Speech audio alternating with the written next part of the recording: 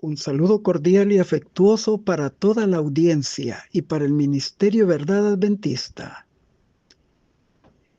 Estamos agradecidos con el Señor por el estudio de las lecciones de la Escuela Sabática para el último trimestre del año 2025, bajo el título general Josué, la fe que conquista. Y por iniciar el estudio de la lección número 12, programado para el sábado 20 de diciembre. Dios es fiel. No faltó ninguna palabra de las buenas que el Señor había hablado a la casa de Israel.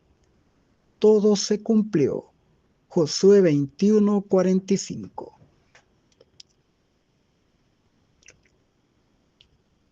La vida de Josué se llegaba a su fin.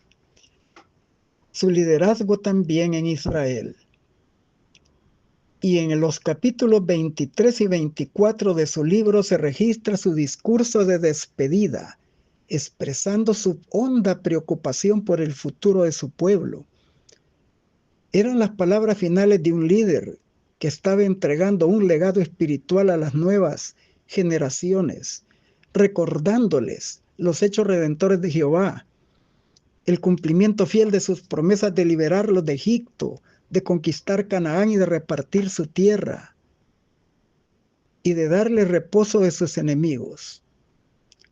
Estaba con estas palabras invitando a los ancianos y al pueblo a reconocer la fidelidad de Dios en el cumplimiento de esas promesas y de las bendiciones del pacto.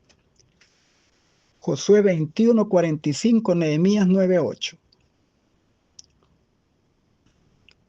En la época de Josué se dio cumplimiento inicial a estas promesas, pero quedaron inconclusas, no por una causa imputable a Dios, porque Él comprobó su fidelidad a su pacto, sino por la infidelidad de Israel. Sus pecados limitaron el cumplimiento de las promesas divinas. Tenemos el ejemplo de la apostasía de Baal-peor, el pecado de Acán ya en Jericó. Todo evidenciaba su vulnerabilidad ante los atractivos del mundo y la gloria terrenal. En su discurso, Josué les instó a corresponder con su lealtad y adoración exclusiva a Jehová su Dios con corazón indiviso, rechazando todo tipo de idolatría y paganismo. Sus palabras son: ahora pues temed a Jehová y servirle con integridad de corazón. Josué 24:14. Vosotros sois testigos contra vosotros mismos que habéis elegido, servid a Jehová. Y ellos respondieron: testigos somos. Josué 24:22. Las palabras de Josué señalaban con claridad que Israel jamás hubiera cumplido la misión de la conquista de la tierra prometida con éxito sin la ayuda divina. Por lo tanto, en lugar de dormirse en los laureles de su posición privilegiada ante las demás naciones del mundo, de forma presuntuosa, les pedía que se enfocaran en su compromiso para con Dios como los representantes dignos de su reino en la tierra, y con un testimonio de obediencia que ensancharan los dominios de su reino, atrayendo a las naciones al Dios verdadero. Esta semana veremos 3 temas sobre la fidelidad. Número 1, Dios es fiel. Número 2, el propósito de las instrucciones de Josué. Y número 3, la necesidad de aferrarse al Señor. Finalizando, como es nuestra costumbre, con las aplicaciones pertinentes. Comenzamos con Dios es fiel.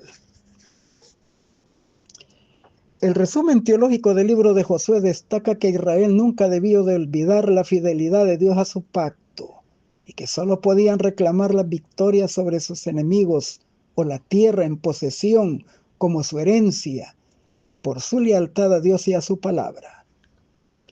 La estructura del libro presenta en Josué del capítulo 1 al 12 el control de Israel sobre la tierra prometida. Del capítulo 13 al 21 la asignación de las tierras y el establecimiento de cada tribu en ellas. Y en Josué 21:44 el reposo de sus enemigos.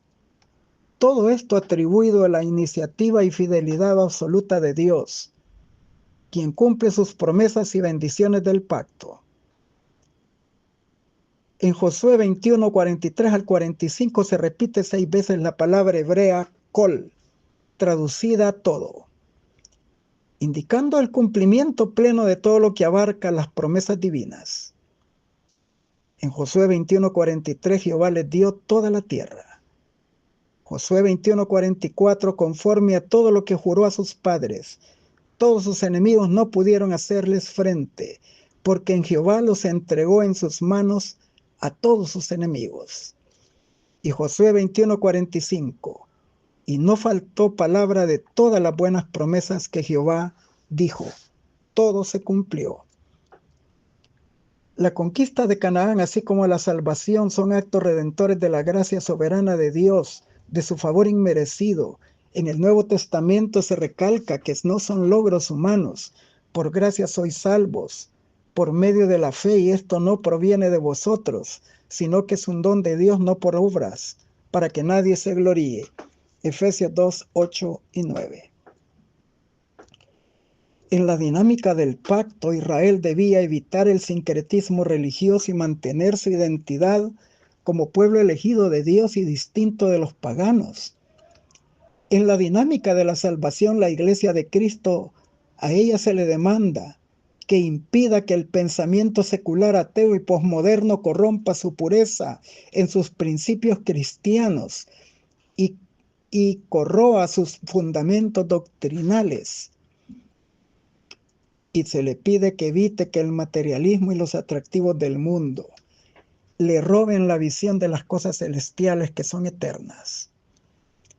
La salvación recibida por la gracia no nos exime del cumplimiento del propósito para el cual Dios nos ha salvado.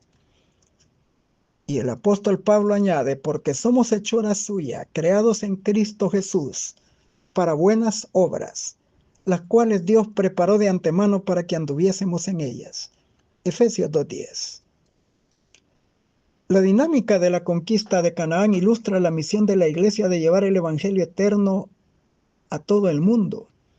La fe del pueblo de Dios debe de ser probada severamente, así como lo fue en el pasado, en el presente y en el tiempo del fin, más profundamente. Sin embargo, el pueblo de Dios debe de dar una respuesta de amor y obediencia a su palabra santa.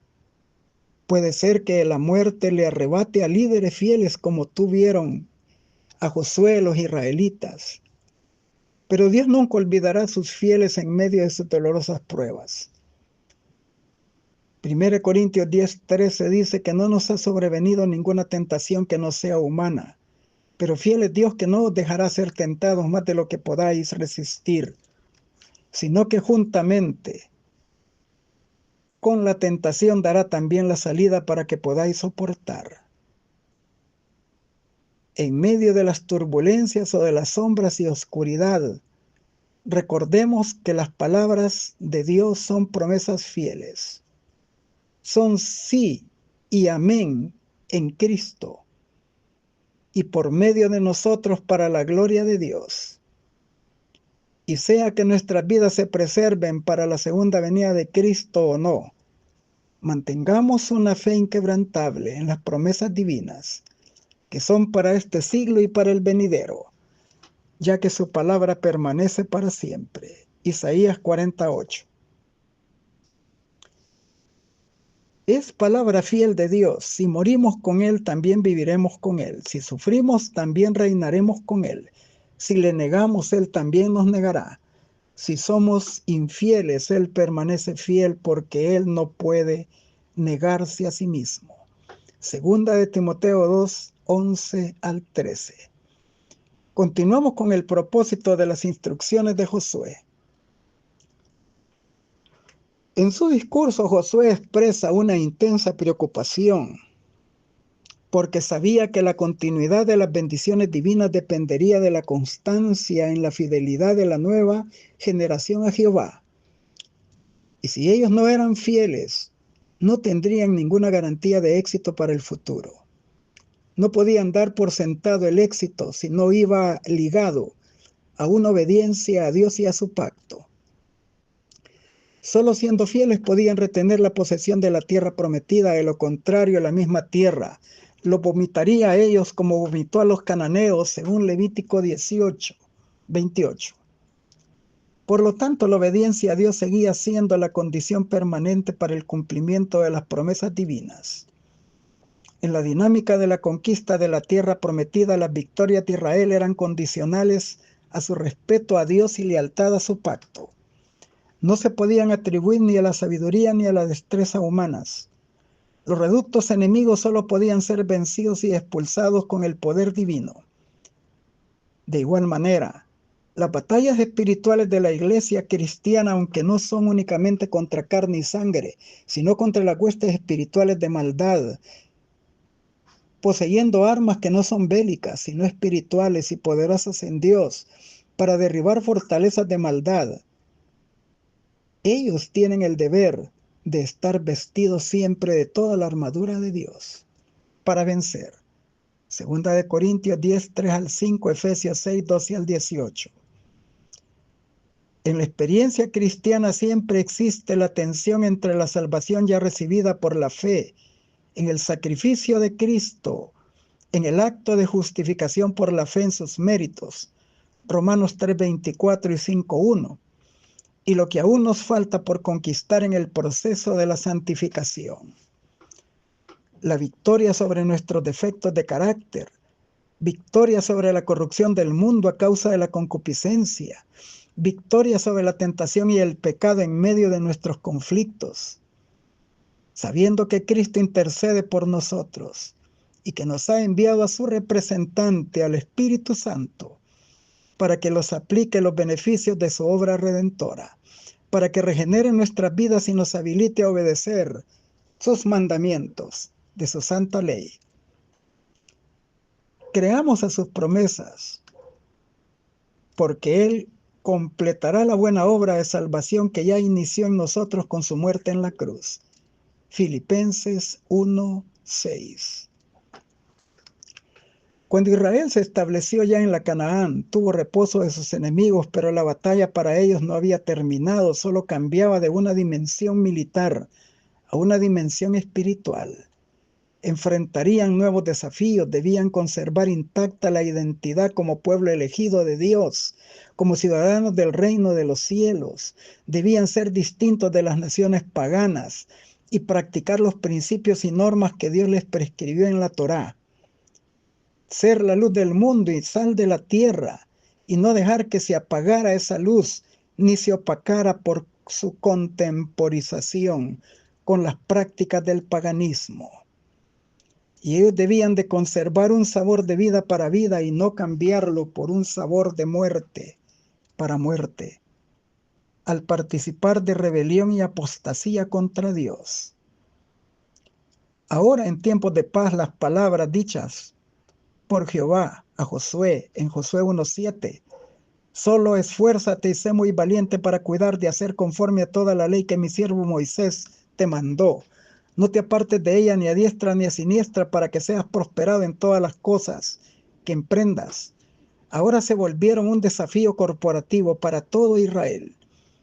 Esforzaos pues mucho en guardar y hacer todo lo que está escrito en el libro de la ley de Moisés, sin apartaos de ello ni a diestra ni a siniestra. Josué 23:6. En esta batalla espiritual sus espadas serían inútiles, pero Dios sería su escudo protector contra los dardos encendidos de fuego del maligno que intentaran destruirlos, si permanecían fieles. El discurso de Josué menciona 3 peligros. Número 1, la amistad de los cananeos, aún más peligrosa que su hostilidad militar. Corrían el riesgo de adquirir su cultura, su ideología, sus valores, estilo de vida pecaminoso. La Torá prohibía alianzas de todo tipo con ellos. Inclusive ni siquiera se les permitía mencionar los nombres de sus dioses paganos. Éxodo 23:13. No se oirá el nombre de otros dioses en tus labios. Así evitarán mezclarse con quienes viven entre ustedes. No mencionen el nombre de sus dioses ni juren por ellos, no sirvan ni se inclinen ante ellos. porque el Señor nuestro Dios, a quien ustedes deben seguir siempre. Josué 23:7, Reina Valera contemporánea. En el antiguo cercano oriente, mencionar los nombres de los dioses implicaba reconocer su existencia, poder y autoridad sobre sus vidas. Pero ¿qué parece si sutilmente ellos mencionaban a sus dioses en sus saludos cotidianos y en sus transacciones comerciales los invocaban? Y esto sería un ataque sutil porque ello se volvería familiar y habitual en su relación con ellos. Y fácilmente se grabaría en su mente los nombres de sus ídolos cananeos.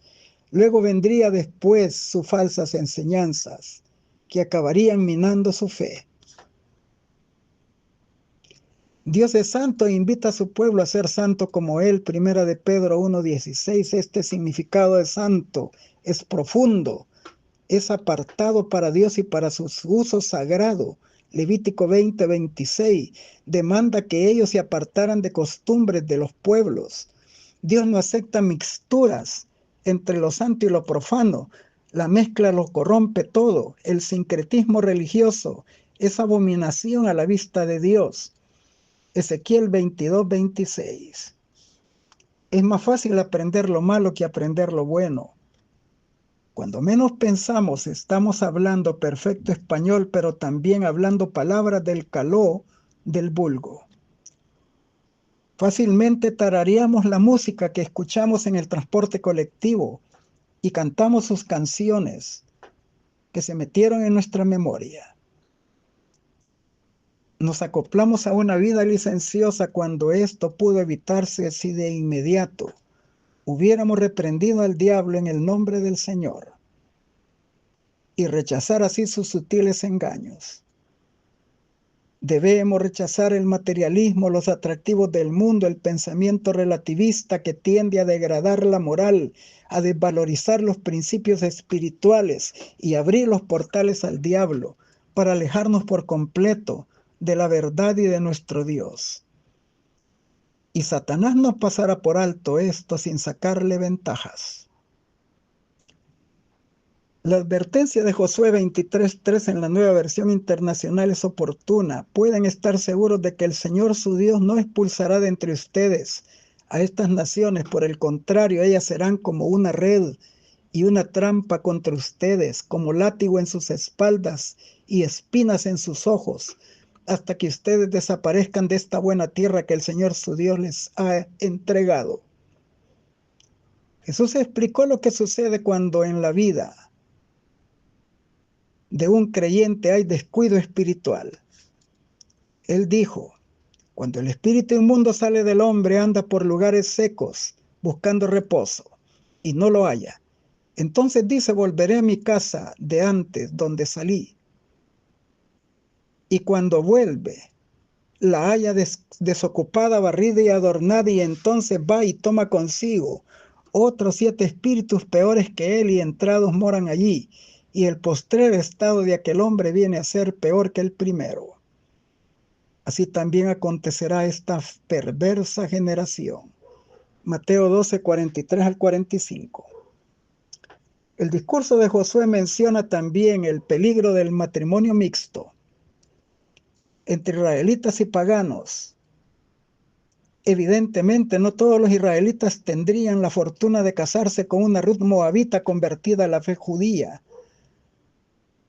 Y por eso Josué les dijo: porque si os apartareis y os uniereis a lo que resta de estas naciones que han quedado con vosotros, y si concertareis con ellas matrimonios y entrareis a ellas, y ellas a vosotros, sabed que Jehová vuestro Dios no echará más a estas naciones de delante de vosotros. Serán por lazo y tropiezo y azote a vuestros costados, espinas para vuestros ojos, hasta que perezcáis de esta buena tierra que Jehová vuestro Dios os da. Josué 23:12-13. Josué no abogaba por una pureza racial o étnica, sino contra la contaminación moral, la idolatría, el sincretismo religioso, el colapso espiritual de Israel. Y tenemos el ejemplo del triste fracaso del rey Salomón, el hombre más sabio de la tierra. Primer libro de Reyes 11, del 1 al 3.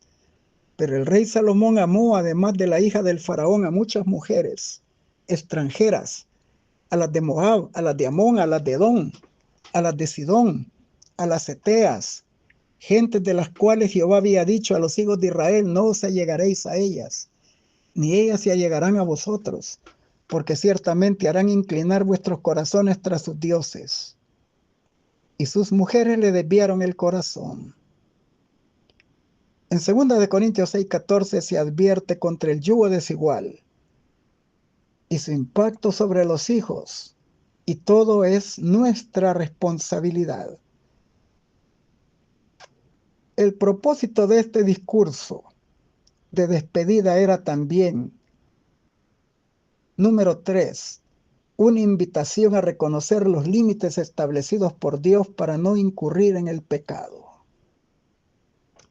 Hay peligro si nos saltamos el cerco protector de la ley de Dios. La amistad con el mundo, dice Santiago 4:4, es enemistad contra Dios.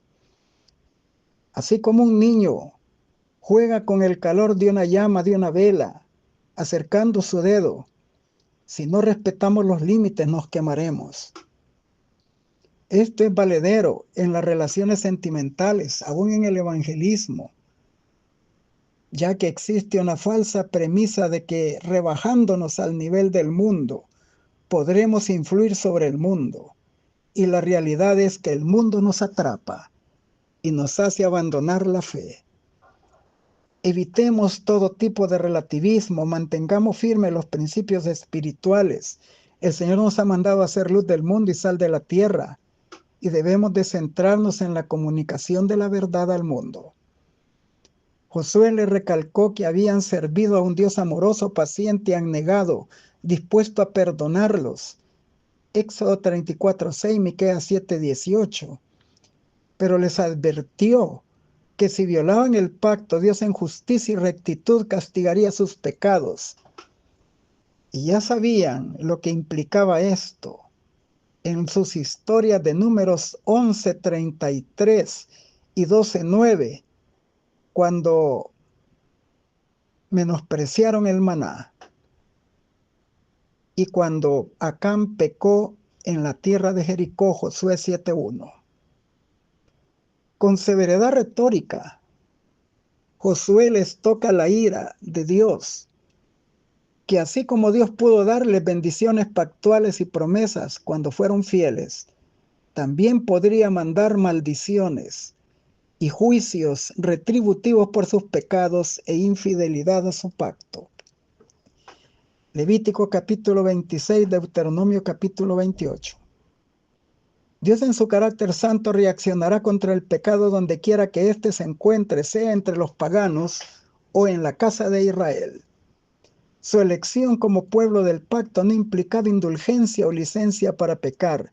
Dios castigaría de igual manera a los pecadores de Israel y de Canaán, porque si Dios no reaccionaba contra el pecado, la injusticia reinaba para siempre en el mundo.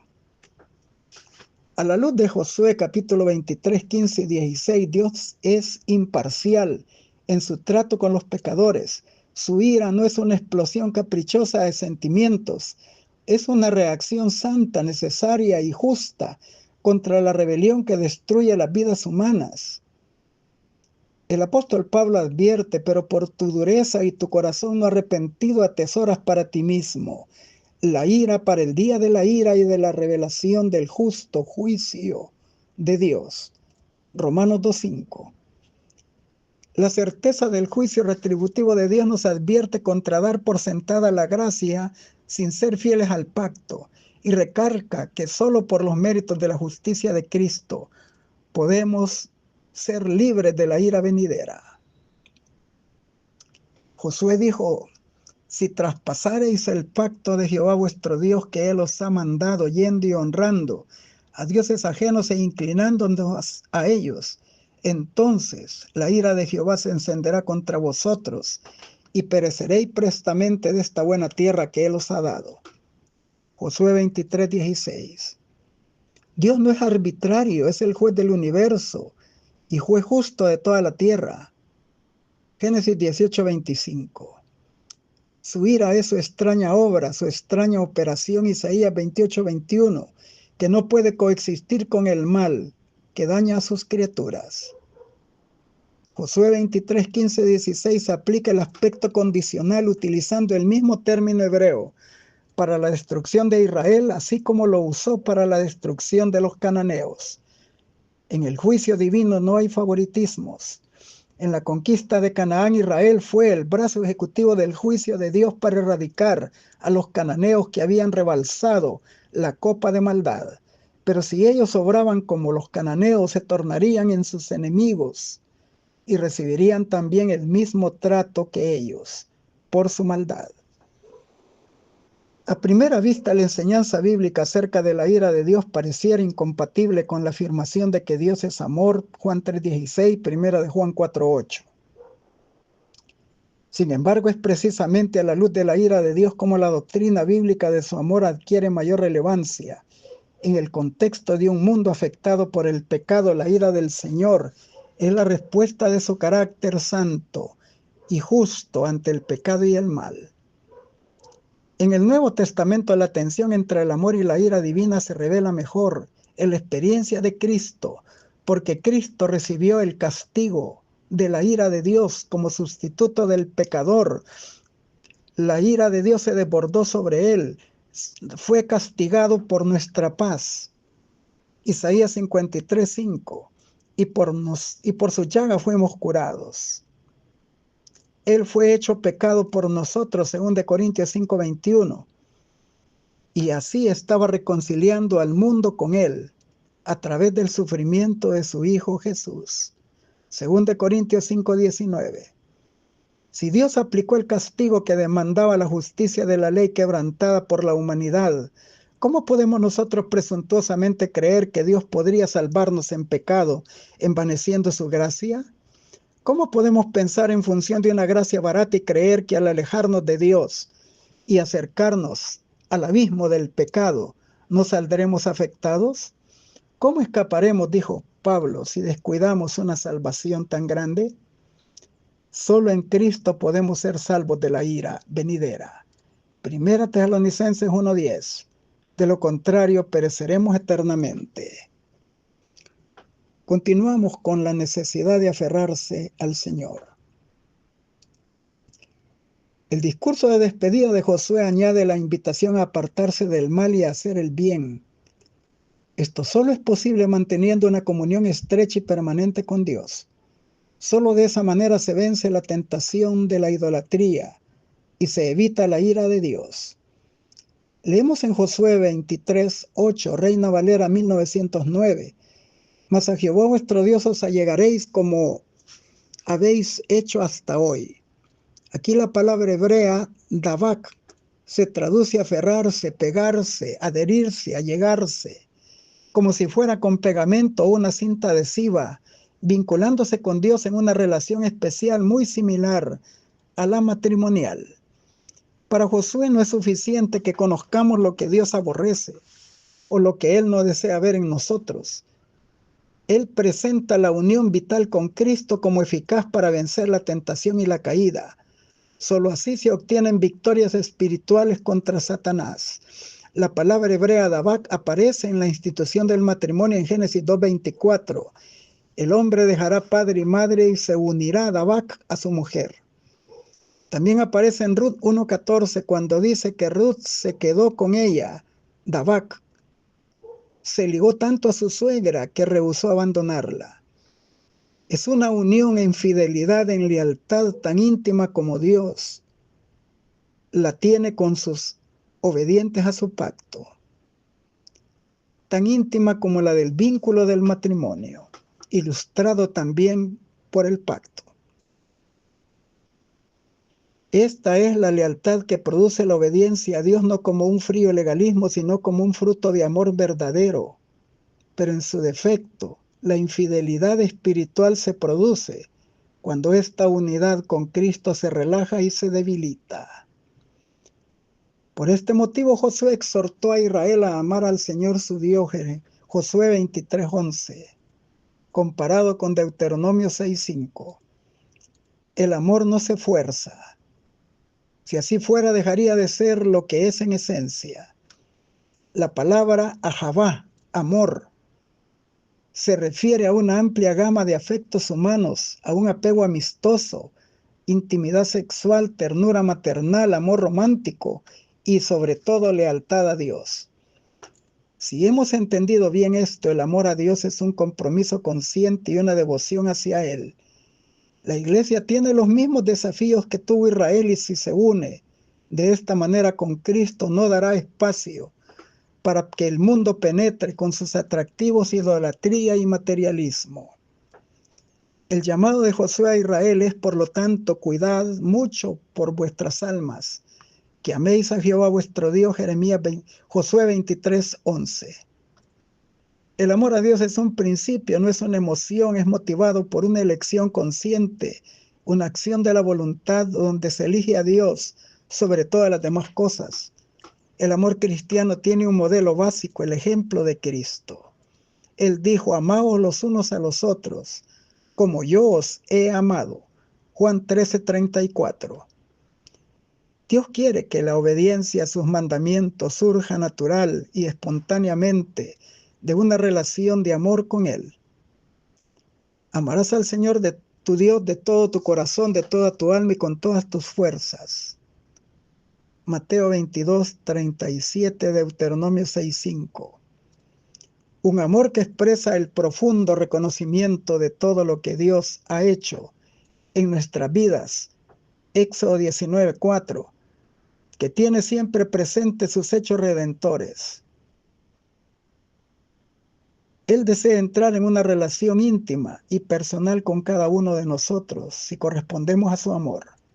En consecuencia, su amor para con todos constituye el marco para la manifestación de nuestro amor voluntario y mutuo. Finalizamos con las aplicaciones pertinentes.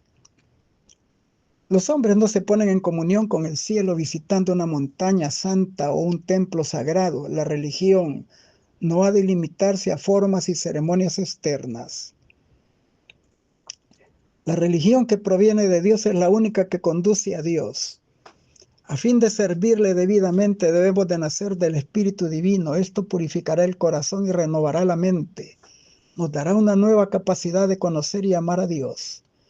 Nos inspirará una obediencia voluntaria a todos sus requerimientos. Tal es el verdadero culto. Es el fruto de la obra del Espíritu Santo. Por el Espíritu se formula toda oración sincera y una oración tal es aceptable a Dios. Siempre que un alma anhela a Dios y se manifieste la obra del Espíritu en él, Dios se revelará a esa alma. Él busca adoradores tales y espera para recibirlos y hacerlos sus hijos e hijas. Deseado de toda la gente, 159, 160. En todos los tiempos los testigos señalados por Dios se han expuesto al vituperio y a la persecución por amor a la verdad. José fue calumniado y perseguido. David fue perseguido por sus enemigos. Esteban fue apedreado por predicar a Cristo y su crucifixión. Pablo encarcelado, azotado con vara, apedreado y finalmente muerto. Juan fue desterrado a Patmos por la palabra de Dios y el testimonio de Jesucristo. Estos son ejemplos de constancia humana que atestiguan la fidelidad de las promesas de Dios, su constante presencia y gracia sostenedora. Testifican del poder de la fe para resistir a las potestades del mundo. Hechos de los Apóstoles 459 y 460. Y añade, los tiempos de apuro y de angustia que nos esperan requerirán una fe capaz de soportar el cansancio, la demora y el hambre. Una fe que no desmaye, a pesar de las pruebas más duras. Muchos seres humanos de toda nación y de todas clases, grandes y pequeños, ricos y pobres, negros y blancos, serán arrojados en la más injusta y cruel servidumbre. Los amados de Dios pasarán días penosos, encarcelados, sentenciados a muerte, abandonados adrede para morir de hambre y de sed en sombríos y repugnantes calabozos. Ninguna mano humana se aprontará a socorrerlos. ¿Se olvidará el Señor de su pueblo en la hora de su prueba? ¿Se olvidó del fiel Noé cuando sus juicios cayeron sobre el mundo antediluviano? ¿Se olvidó de Lot cuando cayó fuego del cielo en Sodoma? ¿Se olvidó de Elías cuando el juramento de Jezabel le amenazaba con la muerte? ¿Se olvidó de Jeremías en el oscuro y húmedo pozo donde le habían echado? ¿Se olvidó de los 3 jóvenes en el horno ardiente o de Daniel en el foso de los leones? Aunque los enemigos los arrojen a la cárcel, las paredes de los calabozos no pueden interceptar la comunicación entre sus almas y Cristo. Aquel que conoce todas sus debilidades, que ve sus pruebas, está por encima de todos los poderes de la tierra y acudirá ángeles a sus celdas solitarias, trayéndoles luz y paz del cielo. Conflicto y valor 369. Cuando el corazón de los hombres que ocupan posiciones de responsabilidad es vencido por la falta de fe, no hay límite para su progreso en las malas acciones. Pocos son los que se dan cuenta de esto al iniciar este peligroso viaje. ¿Hasta qué punto los guiará Satanás? Testimonios para la Iglesia, tomo 450. Nadie se aventure a suponer que la misericordia de Dios lo abarca todo para sentirse libre de pecar tanto como pueda, sin abandonar la esperanza de que finalmente Dios lo perdonará y lo salvará. Es sin duda una triste resolución seguir a Cristo tan lejos como sea posible y aventurarse a llegar tan cerca de los límites de la perdición como sea posible hacerlo, sin caer en ella. Cada día con Dios 317.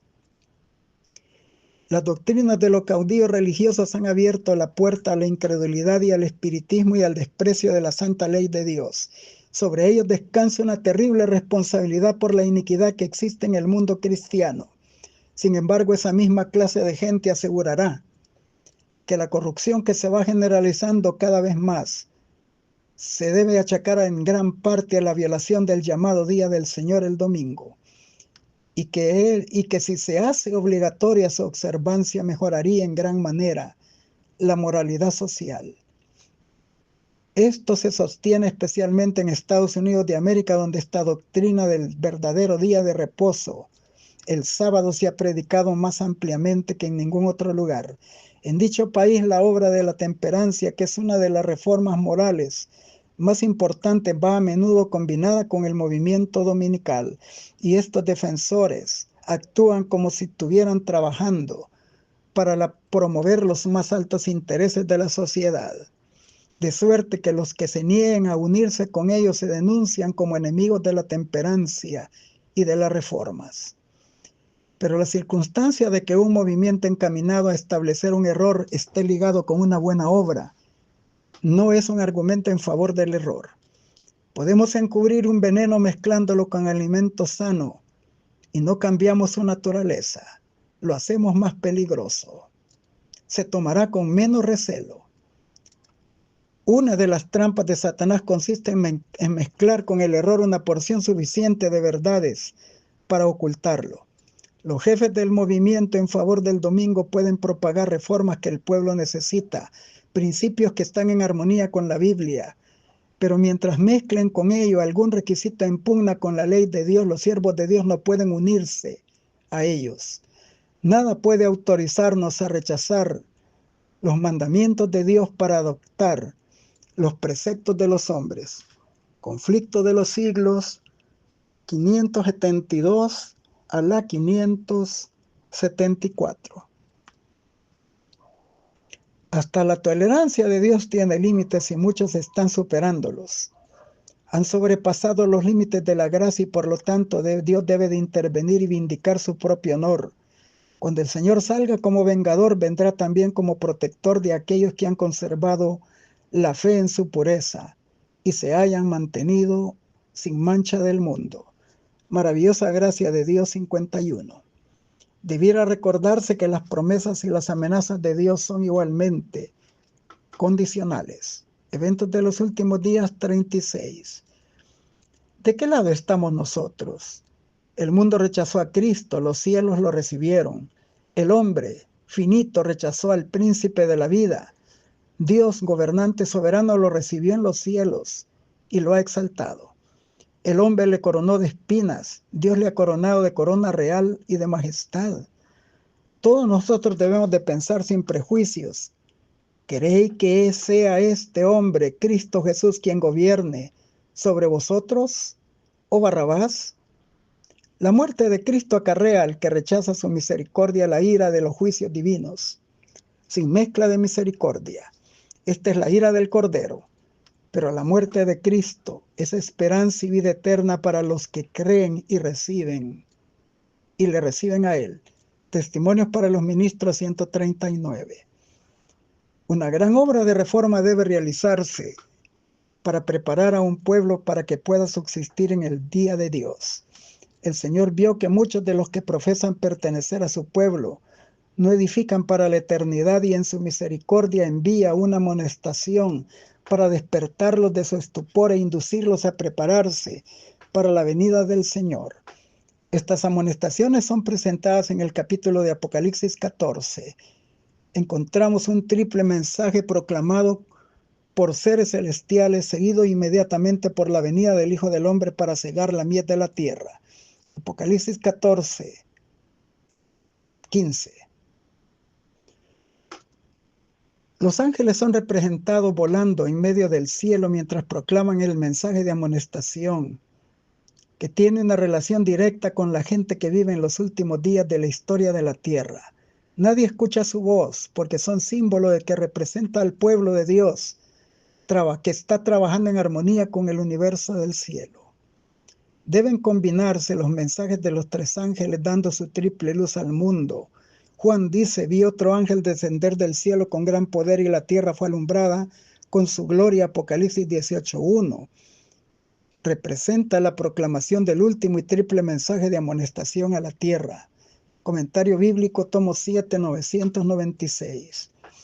El capítulo 18 de Apocalipsis indica el tiempo en que, por haber rechazado la triple amonestación de Apocalipsis 14, del 6 al 12, la iglesia alcanza el estado predicho del segundo ángel y el pueblo de Dios que aún se encuentra en Babilonia será llamado a separarse de esta comunión.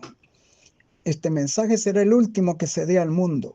Cumplirá su obra cuando los que no crean a la verdad, sino que se complacen en la injusticia, 2 Tesalonicenses 2:12, sean dejados para sufrir tremendos desengaños y para creer en la mentira. Entonces la luz de la verdad brillará sobre todos aquellos cuyos corazones se abran para recibirla. Y todos los hijos del Señor que quedaren en Babilonia oirán el llamado: salid de ella, pueblo mío. Apocalipsis 18:4. Maranata, el Señor viene, 179.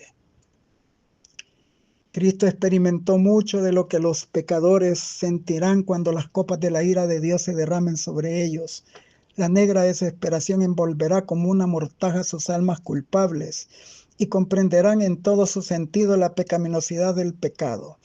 La salvación fue comprada para ellos por los sufrimientos y muerte del Hijo de Dios. Podría haber sido suya si hubieran aceptado voluntaria y gustosamente, pero ninguno estuvo obligado a obedecer la ley de Dios. Si niegan el beneficio celestial y prefieren los placeres del engaño del pecado, consumarán su elección, pero al fin recibirán su salario, la ira de Dios y la muerte eterna. Estarán para siempre separados de la presencia de Jesús, cuyo sacrificio han despreciado. Han perdido una vida de felicidad y sacrificado la vida eterna por los placeres momentáneos del pecado. Testimonios para la Iglesia, tomo 2, 189. Luego mis ojos se desviaron de la gloria y se me mostró el residuo en la tierra. El ángel me dijo: ¿queréis huir de las 7 postreras plagas? ¿Queréis ir a la gloria y disfrutar de todo lo que Dios ha preparado para los que le aman y estén dispuestos a sufrir por amor a Él? En ese caso debéis morir para vivir. Preparaos, preparaos, preparaos. Debéis realizar mayores preparativos que los que habéis hecho, porque el día del Señor viene, día de ira cruel y ardiente, que arderá la tierra y destruirá a los pecadores de ella. Sacrificadlo todo para Dios, ponedlo todo sobre el altar, el yo, vuestras propiedades, todo como sacrificio vivo. El entrar en la gloria lo exige todo. Hacer tesoros en el cielo donde no puede acercarse ningún ladrón, ni orín corrompa. Después de participar de los sufrimientos de Cristo aquí, seremos partícipes de su gloria más tarde. El cielo nos habrá costado bastante poco, aun cuando lo obtengamos en medio de sufrimientos. Debemos negarnos a nosotros mismos todo el camino, morir diariamente y dejar que solo se vea a Jesús y recordar de continuo su gloria. Vi los que han sido aceptados la verdad últimamente tendrían que saber lo que es sufrir por amor de Cristo, soportar pruebas duras y amargas para ser purificados y preparados mediante el sufrimiento para recibir el sello del Dios vivo y pasar por el tiempo de angustia, ver al Rey en su gloria y morar en su presencia y de ángeles santos y puros. Al ver lo que debíamos de ser para heredar la gloria y ver luego cuánto sufrió Jesús para obtener en nuestro favor una herencia tan preciosa, rogué que fuésemos bautizados en los sufrimientos de Cristo, para no aterrorizarnos frente a las pruebas, sino soportarlas con paciencia y gozo, sabiendo que Él sufrió a fin de que por su pobreza fuéramos nosotros enriquecidos.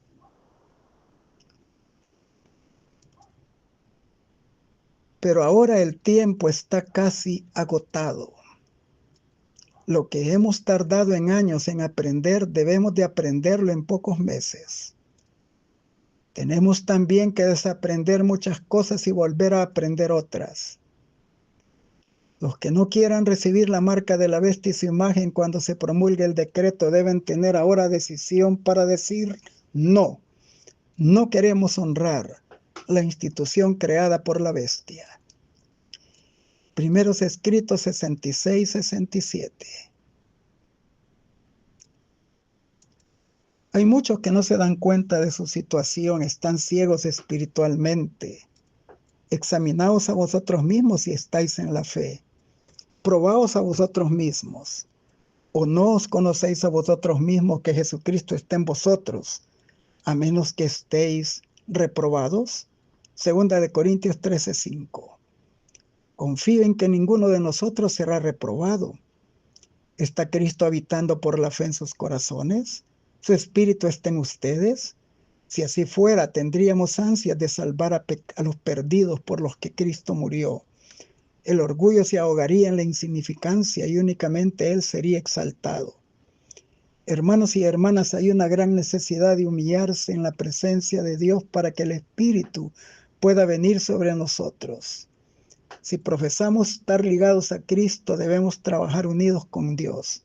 Sus hijos deben amonestar al mundo a fin de prepararlo para recibir de pie en el día de la ira de Dios, cuando el Hijo del Hombre venga en las nubes del cielo. Los miembros de la iglesia deben exponerse a los rayos de la luz divina, que procede de Cristo a fin de reflejarla a otros mientras avanzan por el luminoso sendero que se proyecta de la tierra hacia el cielo. Review and Herald, 8 de octubre de 1889. Recibiréis poder, 172. Les deseo un feliz sábado en la bendita y gloriosa presencia del Señor.